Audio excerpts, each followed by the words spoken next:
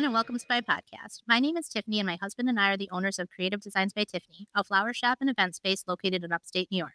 I've been tending to feature things and people who have a depth to them. What originally started as a podcast to give you a little bit of knowledge about the floral industry, there it goes, has grown to hold some of the most meaningful conversations of my life. I hope it gets you thinking and blesses you in its own right.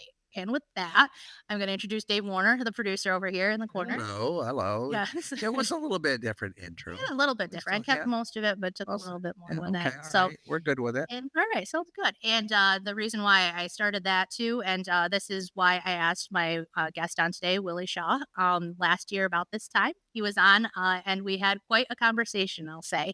Has it been a year? It has. It has. Oh, my God. And I'll tell you, and I'm not going to say, well, I guess I can say my age. He doesn't look a day over 65, though. I'm looking at Willie, though. It was, this is the goals thing that I have in my own mind. Like I told you, we were going to do 12 this year. So This year I said, well, you know what? Last year it just happened to fall right before my birthday. So this one's going to fall right before my birthday again, too. So that's how I know it's about a year ago, because it was the birthday episode, we'll put it. So anyway, yeah, I know. Pretty cool, huh? Yeah. See, that's how my mind just kind of goes down rabbit trails. It's a dark place, Willie. Don't go there. I guess.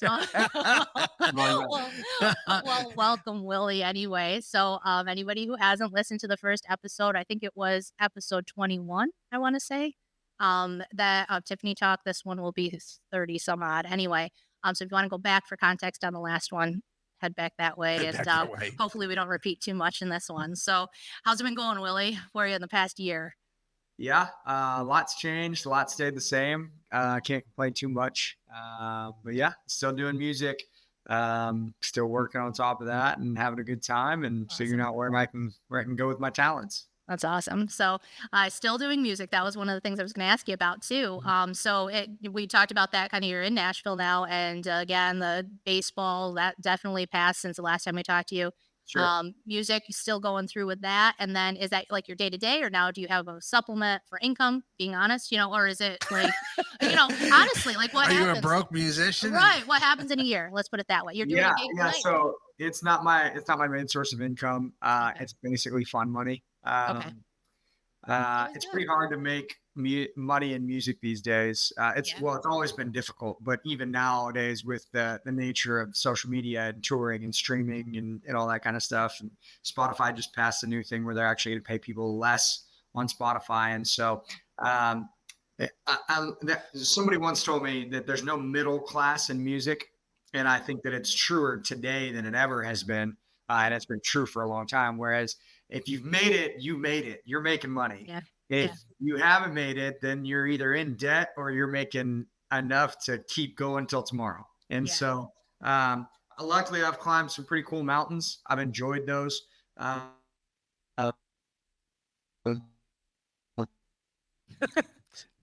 was interesting. Now I'm just trying to remember what it's like to do it for fun. And as I get older, it's becoming more of a joy to do than I must accomplish it, which is something that I struggle with on a day-to-day basis. But that's kind of what it's developed into. And luckily, I have a master's of accounting, and I've got other ways of making money and staying fruitful in that regard. So, which is very, very smart. So, but you're glitching a little bit here. You good, Dave, on this end? I did nothing I can do. Okay, yeah, that's why I don't know. It's on. That's on your end, Willie. As long as you can hear us and see us, whatever, we're good. Yep. So, we could hear you. Let's put it that way. So, before we keep going, let me kill all the internet in my house besides this computer. Give me 1 sec, and I can really do that whole thing. There's a massive delay in that. I was like, "What is happening?" Yep. Give me 1 second. Let's see. Okay. You can edit all this stuff out, right? Oh yeah. Oh no, I'm leaving it in. Like the real life stuff. This is what makes it choice. You don't watch a Willie use his phone to control every device in his house. Yeah, exactly. Well, now somebody's going to hack me. Yeah, exactly. Jeez, hopefully not. So anyway, I was going to ask you, I told you at the beginning before we got on here too. So I want to just circle back real quick to the song that you sang the last time you were on. And I wanted to ask you quick to highlight your mom for us and your father. But I think your father passed away a couple years ago, maybe. So the thing that sticks out to me with your mom, and you can highlight both of them, but your mom is that I look at her and I'm like, I kind of want to be like her, because when I get older, I hope I have a Willie Shaw. So can you kind of give us a little taste of what your mom was like, how she kind of maybe molded you to be the man you are today. I hope I have a Willie Shaw. I That one's seriously, gonna play over and over I know. again, Willie. Well, and I kept thinking of that song, and I was like, there's so many different ways that you can take that song. And that was like for the past year, I'm like, I wonder what his mom is like. And I'm like, I do. I hope I have a Willie Shaw someday. So give her a plug or a shout out, or what kind of Yeah. woman I guess she was. So what kind of woman is my mom? Um, I'm terrified of her. Let's start with that. Um, my mom is incredible. She is the most resilient person I know.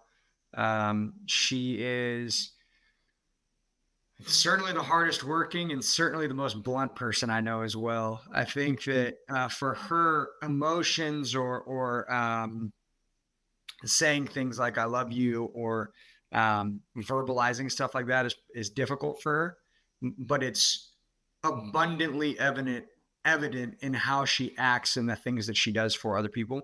Uh, what is probably particular for some types of people is the ability to speak truth without the hesitancy of worrying if it's going to hurt somebody's feelings because they need to hear it. And that's the characteristic that, although that sounds difficult or maybe a harsh critique, that's the thing that I love most about my mother is that she has never been afraid to tell me when I'm wrong. And because of that, it allows me to be good. It allows me to, it just allows me to grow. So essentially, my whole life was, let me tell you a little bit background on her. First person to graduate from college from her family, worked for the government for a while. She was an intern and a secretary under the Reagan administration. She ended up starting her own consulting business, was extremely successful, weirdly has some great contacts because she was really, really good at her job. And she actually became the breadwinner of our family because she was so talented and gifted at that, and all while being a mom. And so my whole life was here's the street. You can drive anywhere on it, but as soon as you go outside and you're on the curb, I'm coming down hard on you. And I definitely crossed that boundary a few times and got swatted. But the best thing about my upbringing was that my parents didn't expect me to be perfect. They expected me to be imperfect, but they expected me to know where right and wrong was. And so that allowed me to kind of grow, and then they would just trim and prune where they needed to, which was a huge blessing. And so when I wrote Sunday Call is the song you're talking about, when I went to college, we started saying "I love you" consistently after every phone call. And every Sunday I had to call my mom. And the joke was, and I probably said this on the last podcast, but if I didn't call her, she would send a SWAT team to find out where my body was, so, but yeah, it's just reverence of my parents and my dad. Yeah, he did pass in 2020, and luckily he got to hear the song before he passed. And it's just kind of a special moment that I didn't expect. I think I probably told you the story about it last time, but yeah, it's my mom's pretty special, and she's not somebody to get in an argument with, because I don't think I've ever won an argument, even if to the day I think that I was right, I've still lost the argument. So yeah. That's amazing. Well, yet again, she's my inspiration. So you can tell her that she's got one fan here, definitely. Yeah, So very cool. Very cool. So, so I guess, like I said, we don't really have a thought process on where we're going to head with this podcast, but kind of the idea was that last time you were on, we got into some pretty heavy stuff that was not even heavy so much. It was just a little bit more depth to it than just planting flowers. Deep. Just say the word deep. Yeah, absolutely deep, with it and stuff. And part of the reason that I think I mentioned this to you, and Dave has written an article and stuff too with it, is that now that the podcast studio has kind of grown a little bit, my personal overachieving type of thing, is that I still want to be able to bring that kind of content. So I said, well, where's the best place to keep starting with that or keep it going, to go right back to the original? So, I Yeah. think in this time frame now, not to get too political, but that is part of what I cover on here, the political and religious aspects of certain things. There is a difference, I think. And I think in a way, there's people that are just longing for that. And Yeah. the true, what's right, what, people want to think about that. And it's natural.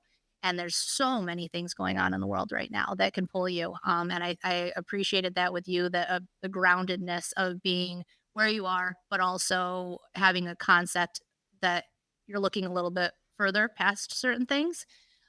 So, Yeah. I guess one of the things I can ask you now is that I had messaged you about this, and I told you what my dad had told me when I was kind of struggling and saying, I thought I'd be at this place and this place and this place, and I'm not yet. And I think that's kind of common for people, maybe even at our age. Years ago, people got married at 17, 18 years old and had kids, had grandkids by the time they were 45, and, great grandkids and stuff.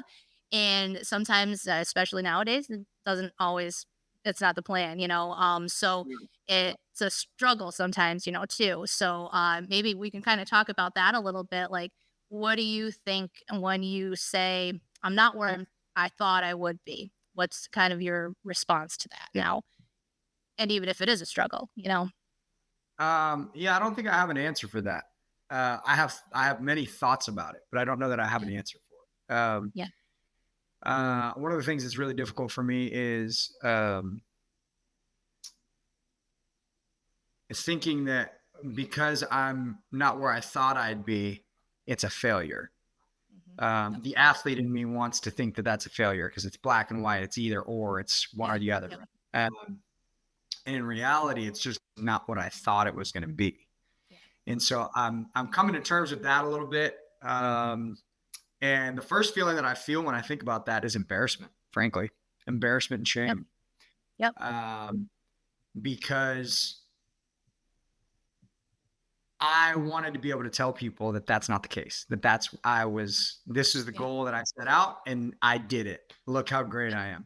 And what that actually does is it reveals quite a bit about me and what matters to me, or at least what mattered until recently. So the first thing is embarrassment and shame. And then second is, why did that matter? Why did it matter if I become the next Maroon 5? Why did it matter if I be the next Bruno Mars, the next pick Billie Eilish, whoever the top musician is today, right? Keep going. You haven't hit any Alec yet. I was waiting him to get to, not that I want you dead, but Toby Keith or somewhere along there. Yeah, exactly. So, whether it's one of them or whether it's Morgan or whether it's, Stapleton or Kane Brown or Sam Hunt or whoever it is, it bothered me that I hadn't done it yet. And it's one of the things that a mentor has actually had to ingrain into me, and I still haven't really accepted it, is that no, it's not that you didn't do something. It's that it's not your expectations weren't met. And that could be one of two things. It's because you tried and you failed, or it's just different than you thought it was. Because most people, when they get to something, what they expected it to be, it really wasn't. When I turned 30, I expected it at 24 to look like kids, family, touring around the country, playing music, etc. Now, it's difficult for me to divorce those two things or separate them out. There's the athlete in me that wants to say, well, you failed and you didn't get to your goal. Mm-hmm. I think that there's probably some truth, or at least an argument to be made there, but it's also true that when I got really close to the goal, I realized it was certainly not what I thought it was. And what I thought it was you just wake up, somebody tells you to go to this photo shoot, they do all the videos for you, they give you the clothes to wear, you get to go play music and write songs and do that. And that's true, but it's also true that there's a ton of time away from loved ones, that there's a ton of vices around every corner, that there's a ton of anxiety about the spotlight leaving you, because I think most people understand that once the spotlight shifts, it's really hard to get that spotlight back. And then the last point is I've met a lot of famous people at this point who I would have told you at the time, was somebody I wanted to trade lives with. And I ended up realizing I wanted to trade careers with them, but not lives with them. Now, I'm still chasing these goals, but I think at this point it's trying to come to an understanding, a realization, and a peace about surrendering to what I think should or shouldn't happen, and just kind of going with it. And I know that sounds very like yoga and spiritualist, and it does sound like that. But what I mean by that is, we talked a little bit about last time, being a people pleaser is actually keeping an arm's length away from somebody and then manipulating them to manipulate something back to you so that you feel value, right? Yep. It's basically an argument of sorts. And so when I say surrendering to that, I'm surrendering to actively chasing what I think will make me happy. Right. And trying to enjoy it as best as I can remember, frankly. Yep. So that's a big old word salad, but feel free to ask your lead where you want to go from there. Well, no, and that's something that so Jordan Peterson, I'm sure you've heard of him at some point, and I don't know, Dave, I'm sure you probably have too.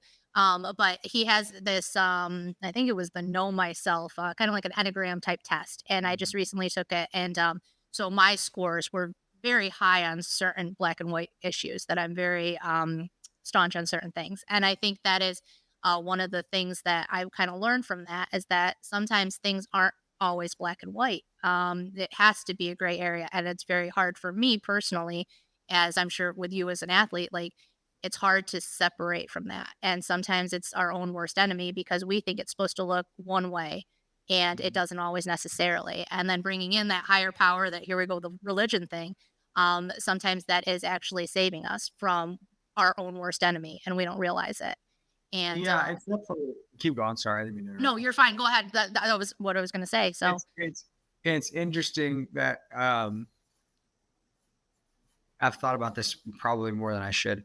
If I really distill down why I wanted to be famous, do music, one, I think that puts me in a boat with about every young person in almost the history of the entirety of the human race. So, there's very few people at 22 that are like, no, I just want to have a quiet life, right? Yeah. I respect the heck out of those people at 32. So, but that wasn't me, right? So, when I distill down in an honest way, why was that my goal?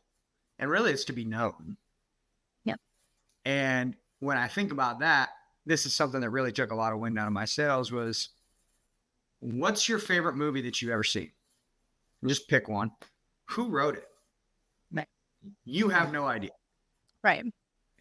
Pick the most famous poems or books or stories that you can think of in history. Like, for instance, one of them in the ancient world is Gilgamesh. Like, who was the person that started that? Now, that's an oral tradition passed down years and years, but there's a point in I think it's in Ecclesiastes, I could be wrong. It's definitely biblical. I'm almost certain it's Ecclesiastes, that you don't remember your grandfather's grandfather. So why do you think that what you're going to do is going to be remembered? What are you going to do that's going to be remembered for generations? And why do you want that?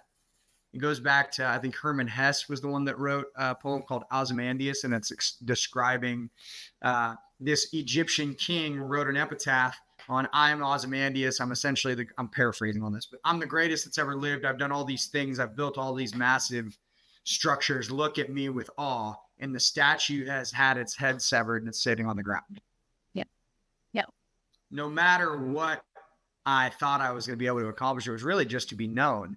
And that challenged my faith quite a bit, because what that means is that everything I was chasing was actually idols. Right. So why do we worship idols? If I believe that, let's take, as best we can, let's remove the God out of this equation. If I am a being made for worship, meaning something is worth my time, effort, energy, devotion. If I worship something and I'm a being that is created to do those things, to create, right? Then what am I paying for? Well, I'm spending all that time to be known by it more often than not. At least this has been my experience. I'm paying into this time. I'm paying into, you know, education, money, whatever it is. I'm giving it devotion so that it can name me. So my worship is essentially music, right? Why do you worship music? Well, because of what it's supposed to be able to give me. And if it doesn't give me that, then what? Well, when I realized that writing these things was really to be known, it then brought up a very, very critical question in my mind, which was, why do you want to be known by people that you can't know? Right. Right. If you want to be known, go talk to your family members that love you. If you have a family that loves you, well, there's plenty of people that don't.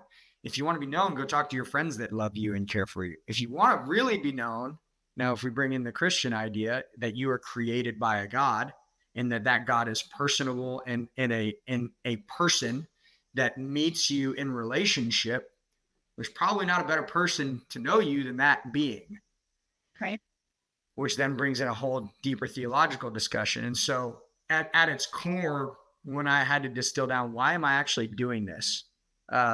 I had to answer those questions, and those were gut wrenching and not comfortable because it said a lot about me than it did about the things I was chasing. Right. Yep.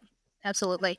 And that's something I think too, that it's we're very, I don't want to say self-centered, but in a way we are very self-centered, and it's a self-pleasing. It's making us feel better, and it's stroking our ego almost. And then once we get out of the way and don't allow those things to take over, or we have a different perspective on it, I think that's when we really start to understand who we are, which I think leads to the point of like my dad being 65, however old he is, and saying, "Hey, you're on time. Just take a breather." Mhm. That was such a freeing statement to me that I was like, simple as it is, you're on time. And I was like, what is that? What is, over analyzing? What does that mean? How can that possibly be true? And it's saying, all that you're struggling with, all that you see, I'm further down the road. That's part of it. And I think once we start realizing that a little bit, that kind of frees us in our own self too. One of the things I wondered too is, what do you think on that? I kind of struggle with that. I'm a little bit older than you are too, but I don't see a lot of kids realizing that. And I think that's kind of the missing link, that we just keep pushing it back further and further and further. Um, Yeah. you know, I don't know what it is, if it's just we're overstimulated, just the culture is very different now. Compared to being 25 and realizing, hey, maybe I don't want all this fame and fortune, or, is it just leading us on? Are we setting ourselves up for a fall? I have my own opinions on this, but I'll ask you kind of what you think. Well, I mean, keep in mind, and be an opinion. Here comes my dog. Sorry. Yes, that's all right. Uh, Keep in mind that it's an opinion. I don't have the answer to that, but it seems to me that there is a likely connection between the fact that in my parents' generation, there was at least a fundamental agreement on the necessity of a moral framework to build off of, whether that's, 10 Commandments being around in school or in courthouses, etc. In our education now, mine included, even though I went to a Christian school, I went to a very, very, public liberal college, and I loved my time there. But the issue is ingrained to you that you're not the problem, the system around you is. Right. Right. That's completely contradictory to the experience that I've had. Now, I'm sure there's great arguments. I've heard great arguments about why the structures are the way that they are, but I have found that I can get a lot more accomplished, or I can do a lot more good based on the definition of good that I know, when I realize that I'm the issue from the start, and I work myself. I work further on myself than criticizing something external for me. Now, it's not to say that criticism of certain structures isn't a necessity. It's not to say that that the external is perfect. But all marketing is based on, you're not whole. You would be if you had this, though. Yeah. And so apply that to social media, apply that to products, apply that to Lululemon, apply that to sex changes, apply that to more sex, less, whatever you want to label that to. It really comes down to, you would be more known or more understood if you had this. And that's a really compelling argument, because it sure seems like, even from a Christian lens, sure seems that people that enjoy the world get a lot further than Christians. Yep. I mean, that's written about in the Psalms. It's written about in all the wisdom literature says that. Why am I toiling and struggling with you when I'm watching quote unquote the wicked is what they're using. Now we're in different contexts. I'm not necessarily saying that, Yeah. that non-believers are wicked, although, you know, Yeah. might be, No. there's wicked Christians too. I'm not trying to die on that hill. I'm saying Yeah. in the context that David was using was there are evil people succeeding while I'm Yeah. trying to be moral and I'm not succeeding. And so as it relates to, you know, this idea that of being known and the question that you asked, I'd say that's one facet of it. I'd say the second facet of it is that men are not encouraged. Right. Yeah. Like at all. Yeah. But very, like if they are, it's very minimal. And so it requires a man, typically older, to encourage a younger man. It's counselors, it's mentors, etc. If you want to make a man really uncomfortable, tell him a compliment about himself that you like, and he will not know what to do with it. He will actually probably give you body language that disregards it, that literally like grabs it and says, "No, that's not me." He will literally have a physical reaction to it because we're not encouraged ever. We're not complimented ever anymore, and that's been ingrained into, you know. There's the argument that we're in a patriarchal society and that women have been wrong. Yes, there are tons of ways that women have been wrong. Absolutely. But at least in my generation, from what I can see in an experiential way, my generation has been told essentially women need to be in your place, get out of the way. And please hear me, that's an overgeneralization of an idea. I'm not saying that this is every case. Like, Yeah. No. please No. my words, but I'm saying that we both have abilities and things that we need to do within our spheres of capability that is required for society to be the place we want it to be. Yep. And I would argue that if you did an anonymous poll with men, they would tell you that, well, I'm told that I'm not good at anything, or I'm the reason that everything's a problem, therefore I should get out of the way. So then, yeah, I'm going to go conquer fantasy worlds in video games because I don't want to be told how bad I am all day. You know, I heard a song the other day. They had an event here in Little Falls, and they were honoring some women, and the idea was that each one, you know, somebody picked their favorite song, and one of them had one that was just that theme. It was basically men have screwed everything up. Step aside. Now it's time for the women to take over. And I hated the song. Well, and that's something I can say too as a woman, and that's something that, and here we go on. I don't want to go too far on a tangent on this, but What's wrong with tangents? I'm conscious of the time. But that's what we're known for. I know. Well, that's the thing, is that I see that too, and as a woman, I think it's one of the worst things that we can do, and like you said too, to your point, that yes, there have been issues and stuff that women may be downgraded, whatever, but there is a role that we play that we will never be able to take the place of a man. And argue with me on that, but that's I'm convinced of that. And when we try to take that away, and we keep trying and pushing and taking little steps to satisfy whatever we think we may need, it really screws up what I believe is the God-given right of a man and a woman. And, I think it's played out in politics. I think it's played out in any sort of situation, that when you start trying to take something that isn't rightfully yours, it becomes an issue. And I think that's a lot of what happens with men too, that they just, what's my role? I'm told I'm not good enough. I'm told I'm not able to do something. And then it becomes something that women are like, well, here we are, all fluffed up.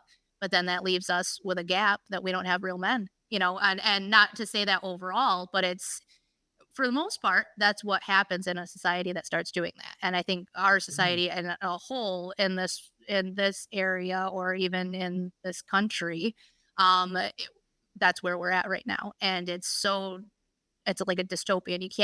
You can't just walk away from it, because it's happening all around us. And I think that's setting us up for quite a fall. I'm getting a cue for a commercial break here. You don't have to say that. That's why it's called a cue. Well, it's a It's cue like for you're a not commercial break. supposed to say anything. Well, that you can edit out there. So we'll do a quick commercial break. I want to ask you a question after this. So continue on. Visit My Little Falls and stay connected with the latest news, information, and events in the city and the area. Our mission is to generate interest in the community and connect residents in a more meaningful way by facilitating deeper conversations about how these stories will shape the future of the Mohawk Valley. Join thousands of weekly visitors who stay up to date with feature stories, interviews, videos, our event calendar, and print publication, the Mohawk Valley Express. It's about timely local news for the community, keeping citizens informed about important issues, telling about the people who live and work here, and giving locally owned businesses the opportunity to reach a very targeted audience of locals and tourists alike. It's a whole new form of media-rich content developed specifically for today's mobile lifestyle and listeners. You can download our iOS app in the iTunes Store, listen to our country music streaming radio station, or sign up for a weekly newsletter. Stop by today at myvanfalls.com. You'll be glad you did.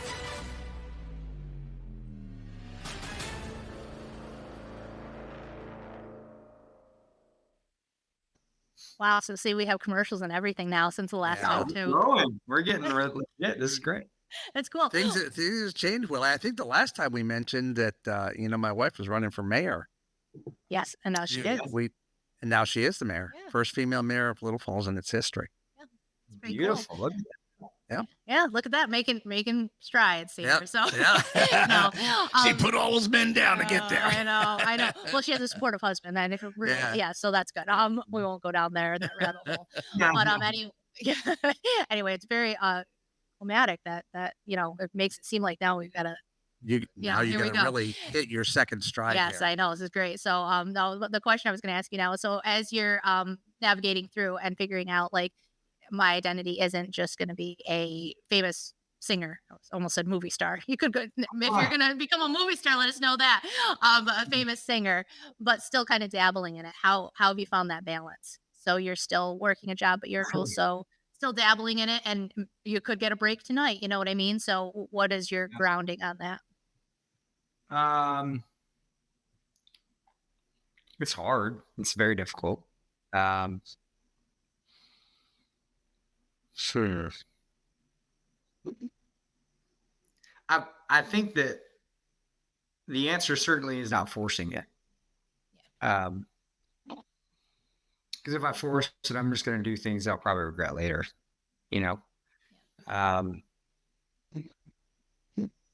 But it's hard. It's difficult because it's not. It's weird that I have. How do I say this correctly? I have this desire for it. I'm not sure that it's good for me. And I'm trying to keep myself in check that it's not for me, because if I say the music's for other people, but then it's just for me, I feel good about myself. That's not true, Right. And so that's probably the difficulty of it. And so in some ways I'm unlearning what I thought music would be for me in my life at a certain age. And and in other ways, I'm relearning why it matters to me and why it's fun and why it's enjoyable. And when I first started, if I sang, Unchained Melody and an old couple in their 60s, slow dance to it, that was enough for me. That made me happy.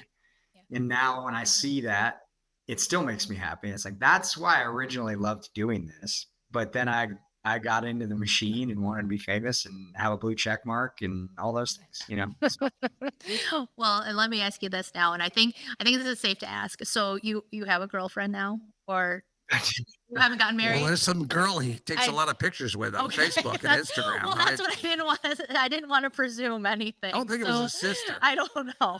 Well, yeah, we can't. Hopefully not. Anyway, but that's so. How important is it? Does she play any role in it to keep you grounded? And also, off of that tangent, how important is it to have a community that is supporting you and not feeding that desire that you don't know if it's good or not, even that is saying, hey, think about this for a second, or I think it's important to have community, so whether it's a girlfriend or friends or what. Yeah, it's great to have a female companion that supports me, and I've had that in many forms throughout my life. I'm not saying that she has cornered the market on that, but she's super supportive. And what's great about her is that she's able to show me what I'm good at and why it matters when I don't believe that about myself.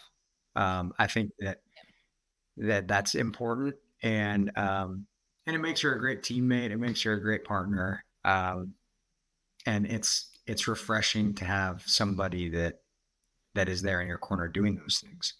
As for the greater community at large, I mean, I guess it's kind of hard to separate those two things from each other, but yeah, I used to think as somebody that's very extroverted that the more connections and the more people I had, the better life I would have, and it turns out it's just the inverse of that, which is I've got about 5 guys that I run everything by, and they say yes, no, or you're performing and you're not you, and Yep. you're being arrogant here, or no, you're good at this, you should go do that, or shut up, talk less, do more, like whatever it is. But it really, I mean, they truly love me, and not from a worldly definition of love, but like they truly want me to succeed. And I just don't know that people have that many people, and I don't think you need that many people to truly want you to succeed. To have them in my corner, and I mean, I wouldn't be able to make the realization. I wouldn't have the courage to say the honest things I say to you if I did not have the people in my corner that I have. That's basically what I'm trying to say. Yeah, which is, I think that's very key too. And so, give me some advice, I guess, on how you got to those 5 guys, or how you sifted through Basketball. basketball, but how you sifted through multiple teams that you've been on, and guys in college, and living maybe roommates and stuff. How did you come up with that core that is good for you almost? Yeah, I was just honest about what I was struggling with. There's an interesting thing that I had to learn, because we'll call it depression, sadness, disappointment in an event or something. When somebody's depressed, the tricky thing about depression is, 1, it feels good, and 2, it's actually a device for controlling somebody. And I know that sounds alarming, but when you're depressed, you expect one of 2 things to happen when you tell somebody that you're dealing with something, or you're sad, or whatever the case is. And I was very guilty of this. I would love to tell people, specifically in Bible studies, I'm struggling with X. And it would reinforce one of 2 things. Either people would draw near to me and have sympathy and empathy for me, which is really what I wanted, because it was doubling down on the feeling that I already had. Or they'd be like, that's tough. I'm sorry, man. Good luck with that. And I'd be like, see, people don't care about me. Yeah. And like, those are the 2 things that, Yeah. I mean, I fell victim to that for sure when I was like 26 to 28, somewhere in there probably. And I just started being honest about stuff like that. Like, that's a really hard thing to admit to people, because you don't seem very cool in that moment, And so I think for most men, some of the bigger connection points for I will say people in my life, not all of them, but we all have our certain struggles. For most men that I experience, it's relationship to their father, relationship to a past girlfriend where they weren't the person they wanted to be, and that caused harm on somebody that they cared about. 3 is porn. 4 is I'm not where I'm supposed to be. And 5 is, why does any of this matter? And so those are probably, and 5 leads into God or not God, roughly, right? And so usually one of those prior things, whether it be porn, loss, relationship to somebody important, is what spurs the what matters. That's like the lighting of the match to figure out, why am I doing any of this stuff? And so I would not have found any of my dearest friends who will be on an altar with me someday if I wasn't honest about the crap that I was dealing with. And it's not pretty. I mean, like me talking about even those things, like it's not sexy stuff to talk about, but by being honest in it, it allows other people to be honest in it. And you're like, oh wait, you're going through that too. Okay. Now we can connect on, and now we can figure out how to do it. And so it's pretty hard to have great friendship without the ability to speak freely. Yes. Yep. Absolutely. And I think that's a key component that maybe people are guarded in a way that it doesn't allow it to happen. So,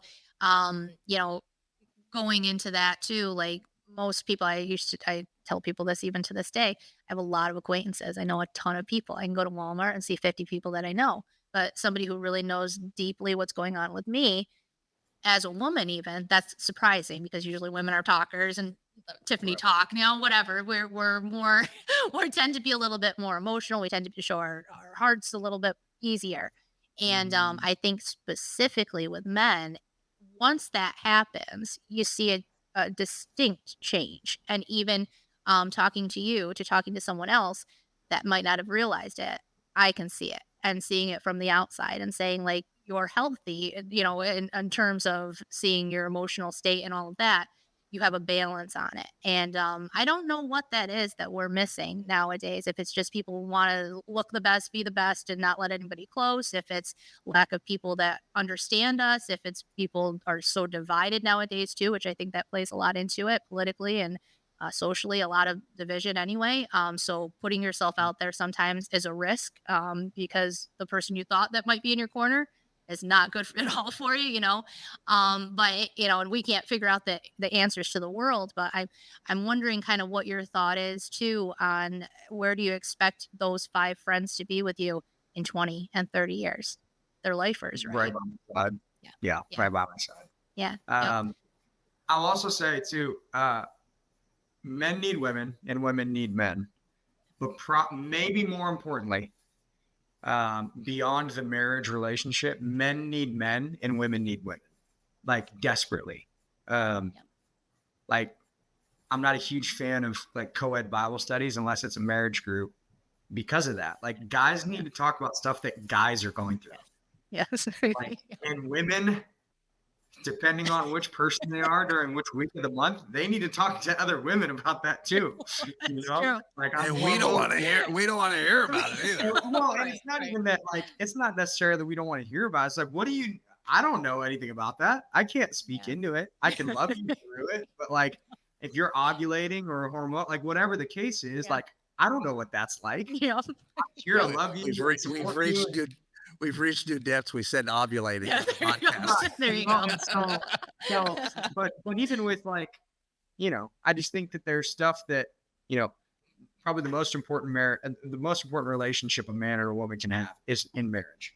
And outside of that, dude, I just don't, this might be very old fashioned and people might come down strongly on me for it, but I just don't know that men need to be friends with females in a serious capacity outside of a marriage. Like I have tons of friends that are female. That's great. Women need women, men need men at the end of the day. That's what it comes down to, because when you go to those groups, you're then able to interact with people better in my experience. Yes. And so to your question with those guys, dude, if they leave, then I don't know who I am. Like they're part of my blind spot. They're my mirrors. They're the people that look at me and say, dude, you're being terrible. You need to change this, or you're doing great. Keep going, especially as parents get older and die. Like, then if your parents are the only ones telling you that, then what do you do when they die? Right, exactly. And I think that's important. So I would encourage from this, just this speaking too, is that anybody who's listening, that they find a core group. And sometimes, and I will say this from experience too, that you have people that it may be discouraging even in and of itself. Trying to go through that process is worse than dating, I think, sometimes, because you're looking for those lifers that are, gonna iron sharpens iron, but also be there in your corner. And oh yeah, I totally agree with you on this sort of thing. So that's what I would definitely say from this, male or female, definitely find a core and stick with it. I think it's extremely important. I think it balances people, definitely. As we've gone down a few rabbit trails here, have you thought of anything that you want to talk about even too? I don't know if you ever do podcasts now or what your line of work is, or do you have any wisdom you want to throw out? The baseball team is coming in again just about now and stuff. And I had a lot of feedback from the last episode of previous Diamond Dog parents, host parents, everything. They loved everything he had to say. Travis loved it, so dogs are almost here. Yes. They start practicing the 26, Willie. Yeah. So give us a little Willie wisdom. We'll give you the Willie wisdom. How's that? We'll name it. Yeah. Man, I don't know. What do you want? Give me a topic and I'll talk about it. But oh boy, I don't know. I see all the way around, I think you're a well-rounded human being. So anything that you choose, talk about baseball, talk about music, talk about your life and working and our girlfriends and friendship. I think anything that you throw out there. What would you say to these guys if you were in the locker room rallying them? Getting ready for a season that they're away from their parents, they're away from their family, everything that they've known. Small town, Little Falls. Small town life. And they start the 28th, Willie, not the 26th. Sorry. Oh, okay. All right. Well, I think there's a couple things I've thought about recently. One is, and we kind of already touched on this, so this is beating a dead horse maybe, but I think that most men get the most compliments on the day of their funeral. Oh, jeez. And we should just change that. Yeah. And like men need to change that too, like encouraging one another and talking through. I think that, especially when I was younger, it was so difficult to balance competing with somebody on a field and then also wanting them to succeed. Yeah. That's really difficult. Yeah. That's like really, really difficult. Yes. But yes, that's one thing I've thought about, and that's probably a pretty black and white thing. Another thing that I've thought about is that if you are religious and I'll just boil this down even more. If you're a Christian and you're struggling to understand the relationship you're supposed to have with a female in your life, it seems to me that if you look at her as a child of God, that it's a little bit more clear. It's hard to treat someone a certain way if you don't see them it's hard to treat them the correct way if you don't see them as a child of God. And I think that sounds a little bit gnarly, but I think that's a reality that most men don't figure out until a little bit later in a relationship, and usually after something has preempted it, like a blow up or an argument or something like that. And so that's another thought. I don't know. What else do you want me to talk about? I can talk for you. I know. This is why it's great to have you on and stuff too. I think after this, so I could keep going forever. All right, good.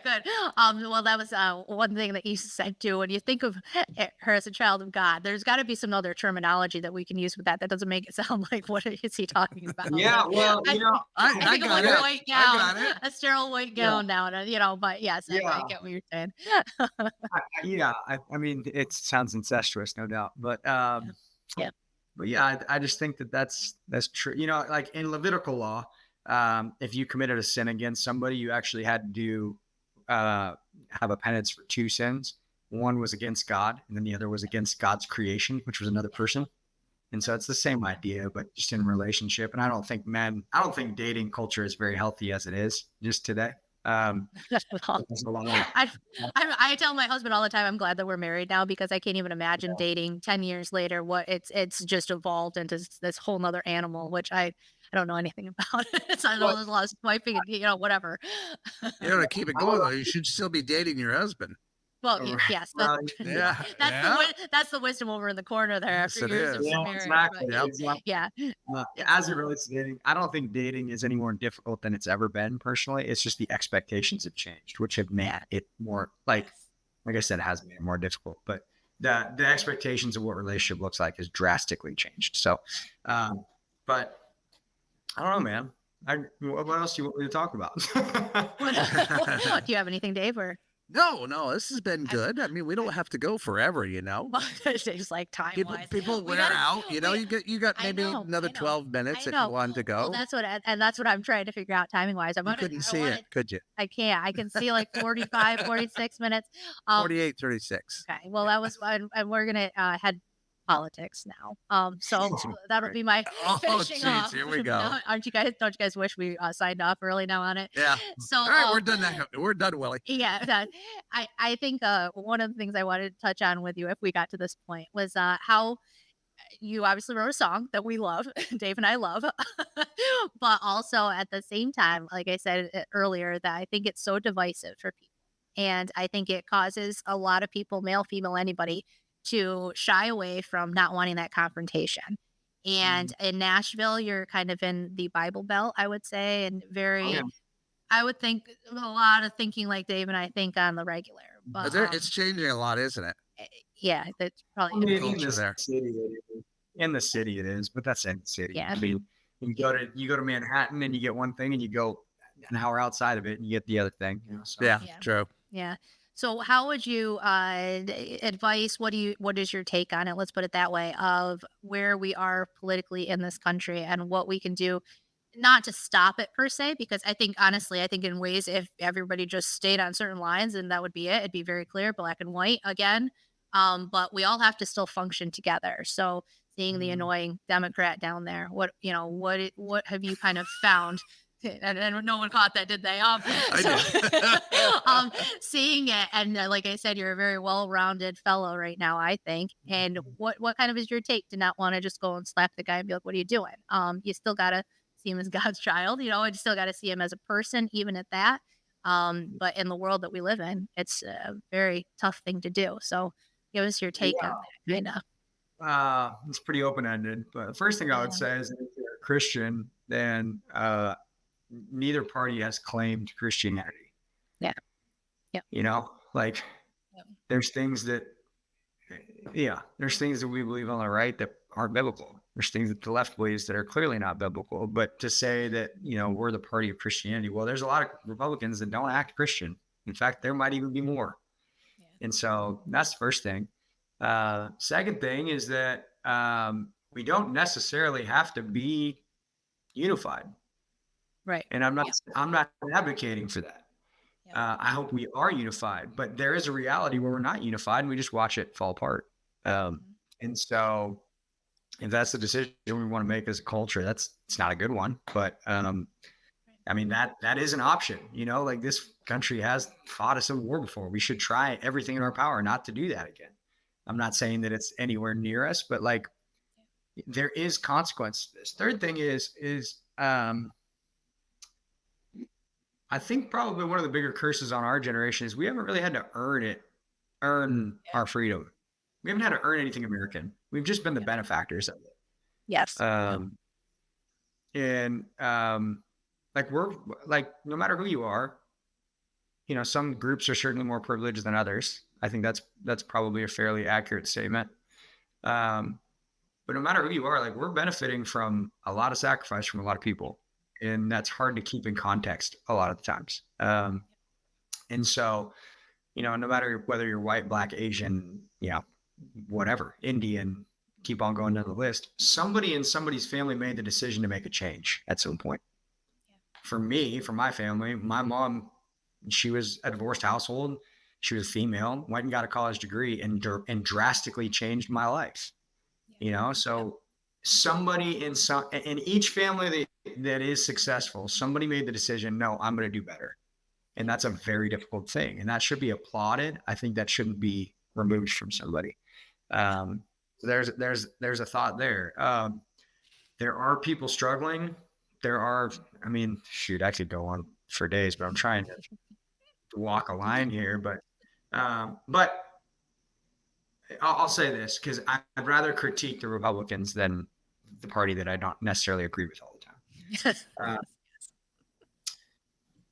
The reason that the church is tax exempt is because we're supposed to be the good in the community.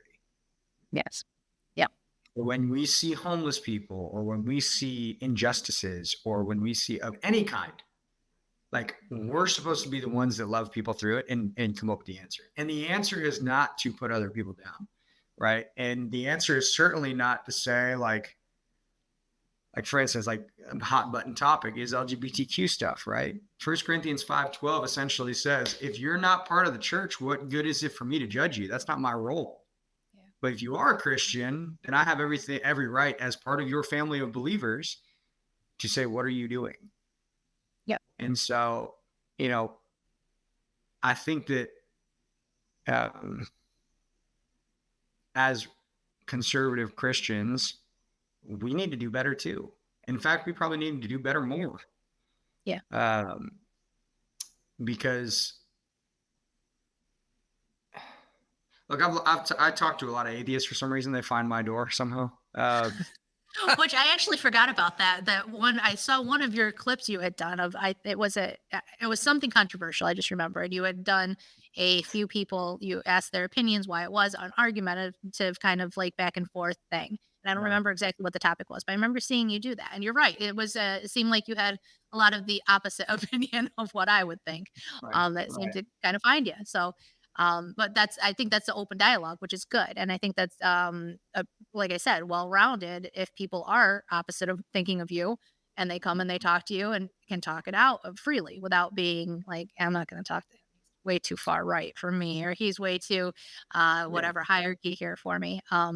So anyway, yeah, continue on. But so for most people that are like non-believers that I talk to, which usually means that they are not conservative either, right? So we're automatically at odds.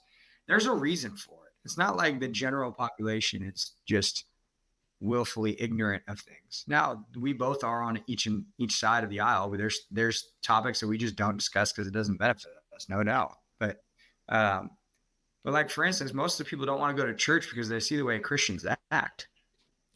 You don't even get into a theological argument with them. They say, why would I go into a church when we know that person's cheating on that person with that person in the other row? Why would I go to church when their families are just as divorced as mine? Why would I go to church when they do evil things too? Why would I go to church when I see them outside holding posts that say you should go to hell for whatever? Like, those are all great reasons. And you know, when Jesus spoke to people, he met them where they were. And then he asked them to leave their sin, but it wasn't a condemnation ever. He pointed it out to them in a very humbling way, in a very compassionate manner, and went about it. I mean, shoot, just look at the difference of the 12 disciples. I mean, look at the drastic difference of who they were. Yeah. It is more likely that we as the conservative Christians would have been like the Israelites who hated the people that were the tax collectors, because the tax collectors worked for Rome and they would go around, and the thing that they were known for most, and the reason that they're thrown in with the prostitutes and the sinners all the time, is because they were corrupt as hell.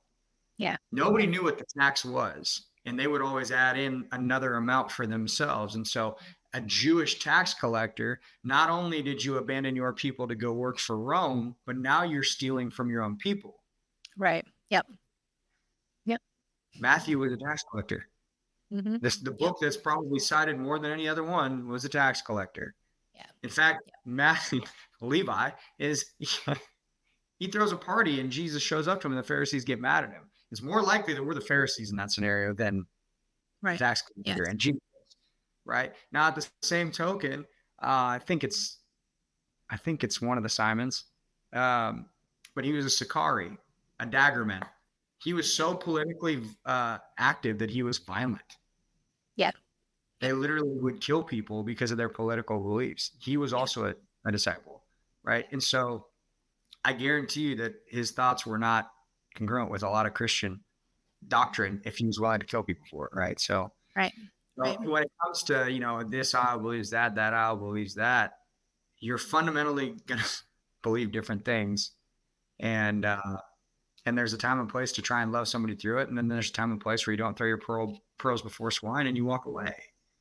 Yeah. I mean, so politics is sticky. You know, there's a lot of things that I think that the country could change for the better. There's a lot of things that I probably don't realize that are doing better than I want them to, because somebody that I disagree with is the one that put them in place. Yeah. But we all have that bias. That's not just me. That's not just a right thing. That's not just a left thing. There's legitimate arguments to be made on both sides, but at the end of the day, you know, what do you want your world to look like, and what are you doing to love people through it? And yes, and with all that said, you know, the whole love everybody unified message is great. There's also a time to walk away from people and just be like, okay, there's no reason to just continue this discussion, because at this point it's just blatant disrespect for one another. Right. And you just walk away. Yep. And one of the things that I want to point out too with the whole Jesus thought process and what he did is that I was just talking to Dave about this. The people are drawn to perfection, and I think we might have touched on this in your last podcast. But perfect music, great, you know, whatever. And I think that was one thing that obviously he stands out than any other human being that ever was on the earth. And so any way that he said something was never condemnation, but he was a perfect being. And so that I feel like that draws people in, and not saying that we could be perfect as humans. We can't. We're still flawed. But I think there's something to be said about that greatness and about that just drawing people in by being the best that you possibly can, even though we still are sinners and we still are that way. I think there's a element that it draws people and says, hey, you know what? Even though he might not totally be perfect, he's talking to me in a way that I understand it. He's a little bit flawed, but like that's what's really drawing as compared to me arguing with you and telling you you're wrong and this and blah blah blah. So I think that's something to be said too about when Jesus was on the earth, the disciples who were on every aspect and spectrum, being desiring to be with him and being like, he's not coming at me and saying I'm doing this wrong, but there's still that perfection level. And I think that's something. I will say, don't confuse that Jesus didn't condemn, because Jesus did condemn. Yeah. Like if you're listening to a parable and you don't understand it, that's condemnation, because you're willfully choosing the opposite of what God is, right? Yeah. And there's many times, like for instance, Jesus said, I did not come to unite, but to divide. I am a sword, separating mother and brother and sister, and all the things that he lists out. So the point that we love about Jesus and love to turn into like a hippie and a lover and all those kinds of things. Yeah. He wasn't afraid to go speak compassionately with people that he believed, or according to him, he had the authority to tell them that they were wrong, but he still didn't. Right. He would show them in a loving manner and say, now, here's the reality of the situation. Here's the truth and the reality of the situation. What you choose to do with it, so be it. Yep. But even if you're my enemy, I'm going to give you that opportunity. And so I think that if you find the truth of the matter, even politically, like it's not our job to deal with the ramifications of the truth, but we should abide by it. Right. Absolutely. The right and the wrong. Well, with that, I'm getting the cue. We are just about time here. So any last minute wisdom? Are you coming up to New York anytime soon, or, I have no plans to be in New York. Okay. But I sing, sorry, I will try and make it up there sooner than later. But every Friday night from 5 to 8:30, I sing at Justin Timberlake's club here in Nashville, the 1230 Club. I was just going to say, tell us where you're doing music still, that people can still see you. And then do you have anything coming out on the horizon or anything, or there's always music coming out. But I don't know when the next due date is. I'd have to look up on what's coming out. But every Thursday night for the rest of the summer, I'm singing at the Four Seasons, and every Friday night I'm at the 1230 Club. So if you're in Nashville, come on by, say hi. And until we do this next year on your birthday, perfect. That's it. Literally, I know, right? So this is, it might become a yearly thing, and we'll call it Willie's Wisdom for the kids coming. Nice. Right? So thanks so much for being on today, Willie. I really appreciate it. And hope you enjoyed today's podcast.